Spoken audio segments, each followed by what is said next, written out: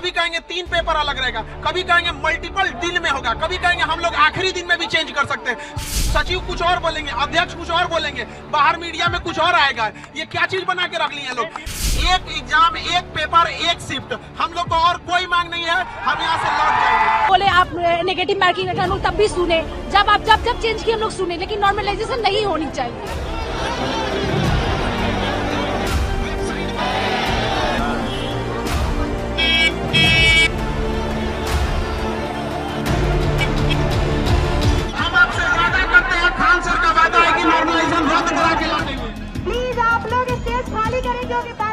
पटना में बीपीएससी परीक्षा के खिलाफ छात्र जमकर विरोध प्रदर्शन कर रहे हैं। प्रदर्शन बढ़ा तो छात्रों के प्रदर्शन में फेमस टीचर खान सर भी शामिल हो गए और कल रात ही उन्हें हिरासत में भी ले लिया गया है। दरअसल इन छात्रों को परीक्षा लिए जाने के तरीके और नॉर्मलाइजेशन से आपत्ति है। इस वीडियो में हम जानेंगे कि नॉर्मलाइजेशन क्या होता है और लाखों छात्र इसके विरोध में क्यों हैं। दरअसल बिहार लोक सेवा आयोग यानी कि बीपीएससी की 70वीं परीक्षा को लेकर पटना में बवाल मचा हुआ है। परीक्षा 13 दिसंबर को होनी है, जिसमें करीब 4.5 लाख अभ्यर्थी शामिल होंगे। परीक्षा में नॉर्मलाइजेशन लागू होने की अफवाह के बीच छात्रों ने बीपीएससी कार्यालय के बाहर जमकर विरोध प्रदर्शन किया। हालातों को काबू करने के लिए पुलिस को लाठीचार्ज भी करना पड़ा। छात्रों की मांग है कि परीक्षा एक ही शिफ्ट में हो, जिसे 1 शिफ्ट 1 एग्जाम कहा जा रहा है। बीपीएससी सचिव ने हालांकि नॉर्मलाइजेशन लागू होने की बात को अफवाह करार दिया है। अब आपको बताते हैं कि परीक्षा में नॉर्मलाइजेशन किन परिस्थितियों में लागू होता है।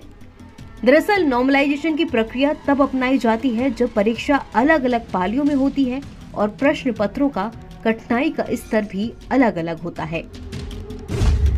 तो छात्र क्यों कर रहे हैं नॉर्मलाइजेशन का विरोध?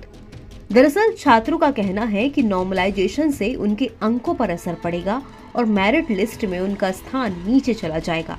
उन्होंने आयोग से मांग की है कि परीक्षा एक ही पाली में की जाए ताकि नॉर्मलाइजेशन की जरूरत ही न पड़े।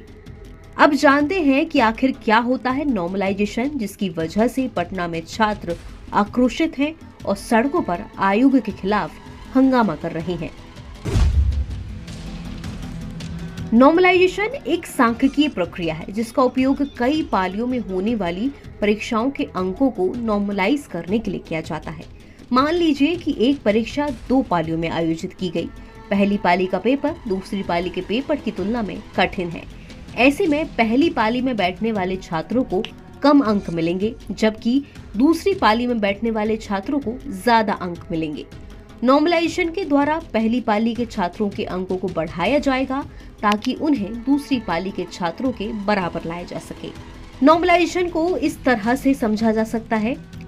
मान लीजिए कि 7 और 8 दिसंबर को परीक्षा होनी है। 7 तारीख को परीक्षा देने अभ्यर्थियों का औसत नंबर 150 में से 110 आया, जबकि 8 दिसंबर को हुए परीक्षा में बैठे अभ्यर्थियों का औसत नंबर 100 ही रह गया। ऐसे में आयोग प्रश्न पत्र के कठिन और सामान्य का निर्धारण अभ्यर्थियों के औसत नंबर के आधार पर करता है और दोनों दिनों की परीक्षा के आधार पर सभी छात्रों का नंबर नॉर्मलाइज करके 105 के आसपास कर दिया जाता है। ऐसे में जहां दूसरे दिन की परीक्षा में शामिल हुए अभ्यर्थियों का कुछ नंबर बढ़ जाता है, जबकि पहले दिन की परीक्षा में शामिल हुए अभ्यर्थियों का नंबर घट जाता है, जिसको लेकर अभ्यर्थी विरोध कर रहे हैं। उनका कहना है कि उनके नंबर उतने ही आने चाहिए जितने उन्हें हासिल हुए हैं, ना कि नॉर्मलाइजेशन के बाद घट या बढ़कर आने चाहिए। इस पर बीपीएससी सचिव सत्य प्रकाश शर्मा ने साफ किया है कि परीक्षा में नॉर्मलाइजेशन लागू नहीं होगा। उन्होंने कहा कि ये सिर्फ अफवाह है और कुछ लोग आयोग को बदनाम करने की कोशिश कर रहे हैं। उन्होंने बताया कि परीक्षा में 4 अलग अलग रंगों के प्रश्न पत्रों का इस्तेमाल किया जाएगा, लेकिन सभी सेट अलग अलग होंगे। हालांकि परीक्षा में किसी एक ही सेट का इस्तेमाल किया जाएगा। उनका कहना है कि कुछ लोग आयोग को बदनाम करना चाह रहे हैं। एनबीटी ऑनलाइन की रिपोर्ट।